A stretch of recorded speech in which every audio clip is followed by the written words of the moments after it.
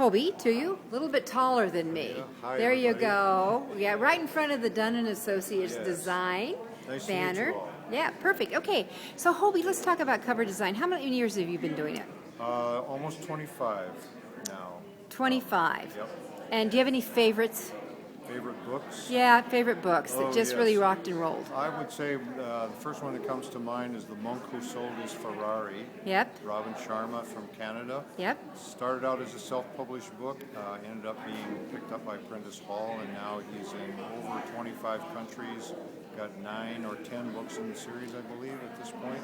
And they are all produced to support his speaking and consulting business, and started out with a business parable, or let's say the word fable, a business fable, telling a story, teaching concepts about business in a way that was very engaging. So, What are the common mistakes you see with people who come through the self-published route? Maybe we can even talk some of the traditional published books, because not all of their covers rock and roll either. that's true. I mean, there's so many elements that make up a really good cover, and I would say certainly the first is having a title and a subtitle that really give the reader a sense of what's going on inside your book and what the benefit is going to be for them. And so we use a small little formula to evaluate titles and subtitles. A title is basically a real emotional message that should be felt and reacted to with the heart. So if you write a title, probably 4 words or less is really great. If you get beyond that, it becomes too cerebral for most people. But it can make them angry, it can make them happy, it makes them sad, it makes them curious, it confuses them, whatever. It gets attention and they want to know more.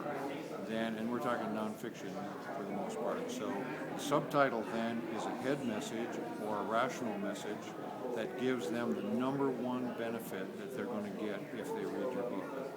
And if you have those two elements together, within 8 seconds or less, according to research, someone should be able to say, that book is for me, or that book is for my brother or my mom or somebody they know. And then they make a connection to it. That's the whole purpose.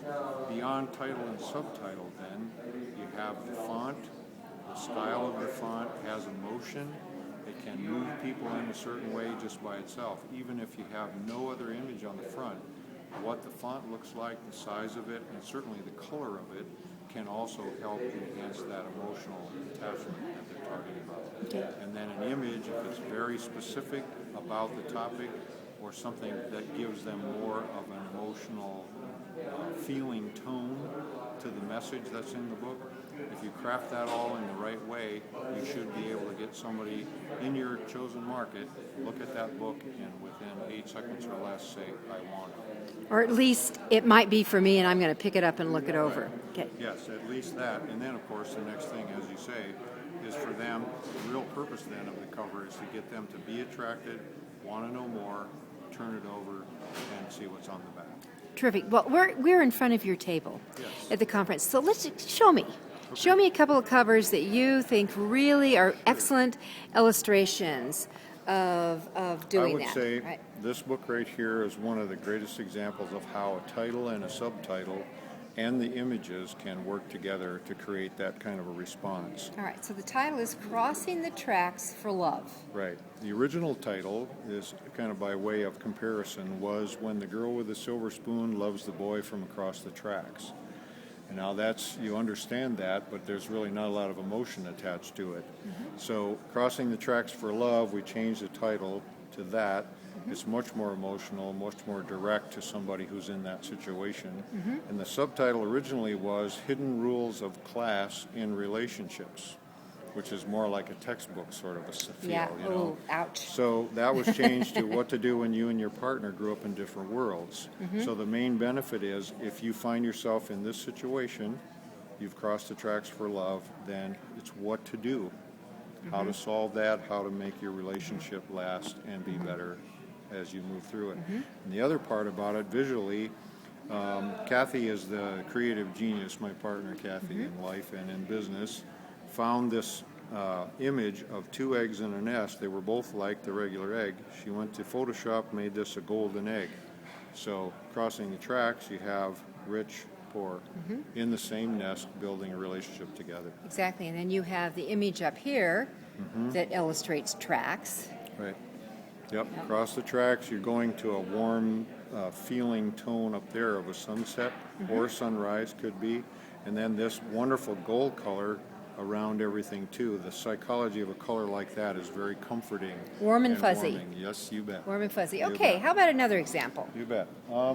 You know, one of the questions that people ask a lot is, should I put my picture on the cover Yeah. of a book? And usually the answer is no. Answer is most of the time, 98% of the time it's no, and unless you're like an Oprah or very, very, very famous, and people know you just by your image. But if they don't, you can put your picture on the cover of the book if your market that you intend to sell this book to already knows you. This particular man, Stephen Power, is a sales trainer, and he has probably 15 to 20,000 people on his list. And he would go into companies, train people, and then in between his visits, they would say, you know, this is really great, but we sort of lose a little bit of steam sometimes, so do you have something that would keep us motivated all the time? So he said, okay, well, I'll write a book. And many, many people in that huge list of folks said, okay, I'll buy it. We'll buy it. So Perfect. he All did right. it So he was the brand. Yes.